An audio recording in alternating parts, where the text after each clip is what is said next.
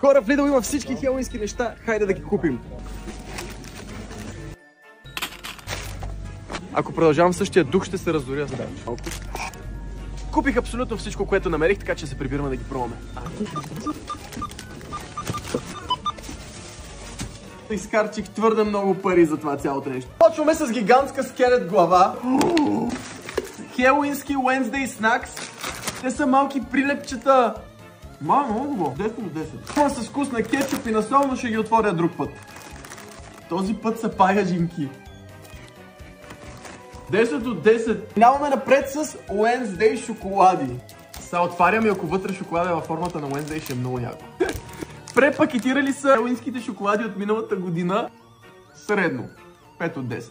Следващото са върховашките зъби. Много няма вкус на нищо. Wednesday Marshmallows във формата на призрак.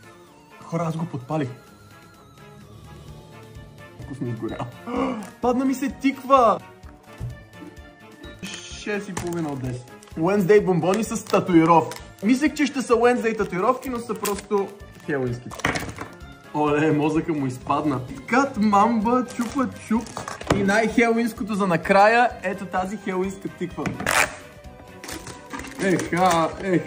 И тези неща не съм ги взимал от Lidl, но Lava Bear имаме хелоуинска напитка и хелоуински пуканки, така че може да ги пробвате.